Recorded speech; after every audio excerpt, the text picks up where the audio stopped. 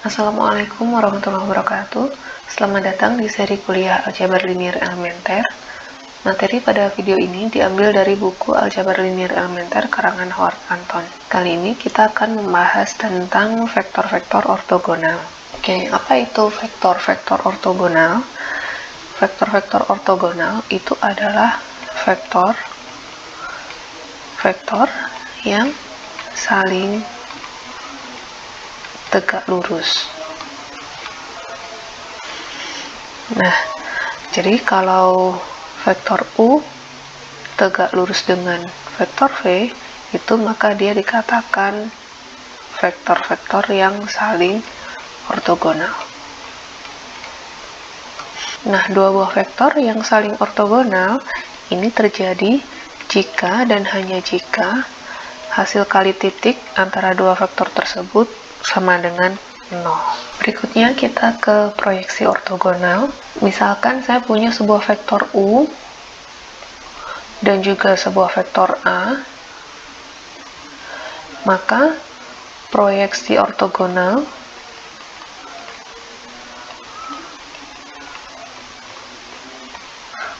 U pada A itu adalah sebuah vektor W1 yang sejajar dengan vektor A dengan cara ini, kita tarik sebuah garis dari titik ujung U ke vektor A. Nah, maka vektor W1 itu adalah yang ini, biru ini, sampai sini. Ini vektor W1. Oke, jadi vektor W1 itu adalah proyeksi ortogonal U pada A, atau sering juga disebut sebagai komponen vektor U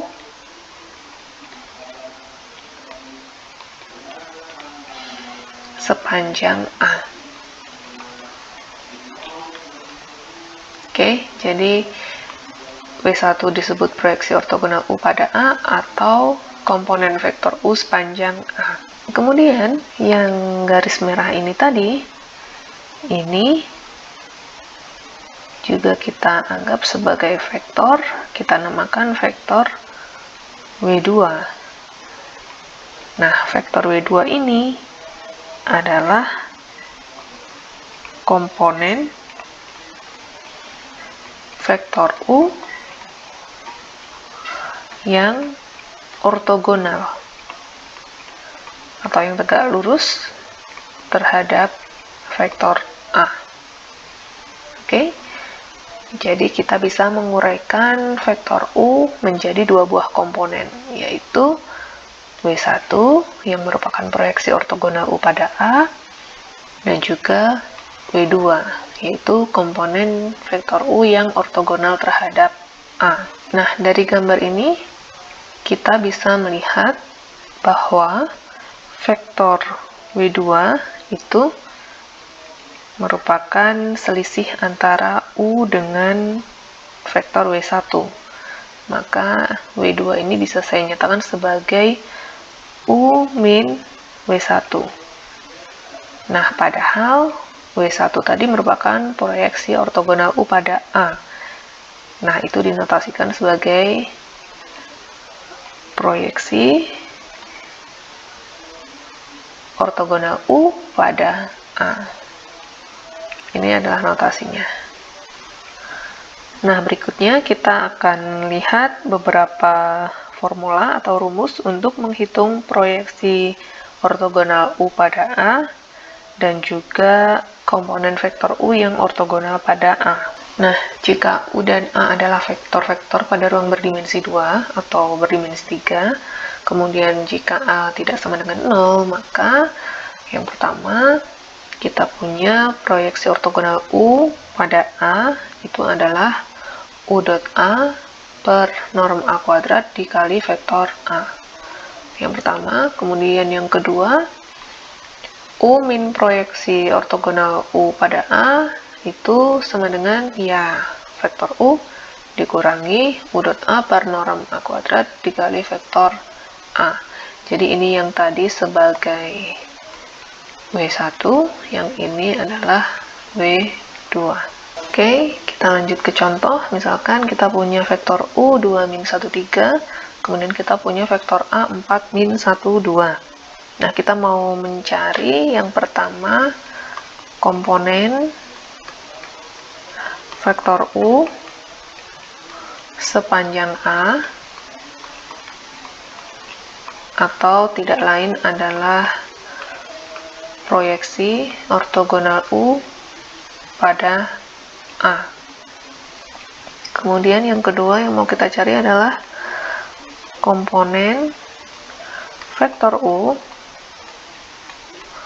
yang ortogonal terhadap A. Ya, jadi ini adalah W1 yang pada gambar sebelumnya, ini adalah W2. Ya, kita tinggal mensubstitusikan rumus ini ya. Oke, yang pertama proyeksi ortogonal U pada A itu adalah U dot A per norm A kuadrat dikali vektor A. Ini akan sama dengan U dot A itu adalah U1 A1 ditambah U2 A2 ditambah U3 A3, kemudian norm A kuadrat itu adalah A1 kuadrat ditambah A2 kuadrat ditambah A3 kuadrat dikali vektor A 4 min 1 2. Maka ini sama dengan 2 dikali 4 ditambah min 1 kali min 1 ditambah 3 kali 2 per A1 kuadrat, berarti 4 kuadrat ditambah min 1 kuadrat ditambah 2 kuadrat dikali vektor A. Lanjut, ini adalah 8 ditambah 1 ditambah 6 per 16 ditambah 1 ditambah 4 dikali vektor 4 min 1 2. Ini adalah 15 per 21 dikali 4 min 1 2. Maka ini sama dengan, kalau kita bagi 3, 5 per 7 kali 4 min 1 2. Maka ini sama dengan 20 per 7 min 5 per 7 10 per 7. Nah, ini adalah hasil proyeksi ortogonal U pada A. Berikutnya yang kedua, kita mau cari komponen vektor U yang ortogonal terhadap A. Ya, ini adalah U min proyeksi ortogonal U pada A. Ya, berarti tinggal kita kurangkan saja. 2 min 1 3, kemudian kita sudah tahu tadi proyeksi ortogonal U pada A itu adalah 20 per 7 min 5 per 7 10 per 7. Kita kurangkan biasa. Oke, kita samakan dulu penyebutnya. Ini adalah 14 per 7 min 7 per 7, kemudian ini 21 per 7 dikurangi 20 per 7 min 5 per 7 10 per 7. Ini sama dengan min 6 per 7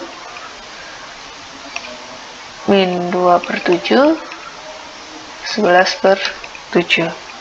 Nah, sudah ketemu komponen vektor U yang ortogonal terhadap A adalah ini. Nah, berikutnya panjang proyeksi ortogonal U pada A itu dinotasikan dengan ini ya, norm proyeksi ortogonal U pada A. Nah, itu berarti adalah norm dari, tadi kita punya proyeksi ortogonal U pada A itu adalah U dot A per norm A kuadrat dikali vektor A. Nah, berdasarkan rumus ini, kalau K-nya skalar punya vektor, maka ini menjadi nilai mutlak K dikali norm U. Nah, berarti ini karena yang saya kotaki ini adalah skalar, maka ini menjadi nilai mutlak U dot A per norm A kuadrat dikali norm A. Nah, kemudian karena norm A kuadratnya adalah positif, maka ini menjadi nilai mutlak U dot A per norm A kuadrat dikali norm A. Maka kita bisa kanselasi ini, sehingga ini menjadi nilai mutlak U dot A per norm A. Oke, jadi proyeksi ortogonal U pada A itu adalah ini, nilai mutlak U dot A per norm A. Kemudian, jika theta itu menyatakan sudut antara U dan A, maka kita tahu U dot A itu kan norm U dikali norm A dikali cos theta. Sehingga rumus yang ini, jadi panjang proyeksi U pada A, itu tadi kan nilai mutlak U dot A per norm A.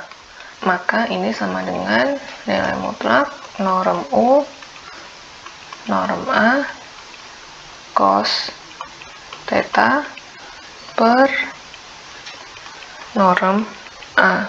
Nah, dengan demikian ini sama dengan norm U, karena nilai mutlak maka dia pasti positif kan, di cos theta per norm A, sehingga ini kita bisa kanselasi, ini menjadi norm U dikali nilai mutlak cos theta. Jadi proyeksi ortogonal U pada A itu sama dengan ini juga.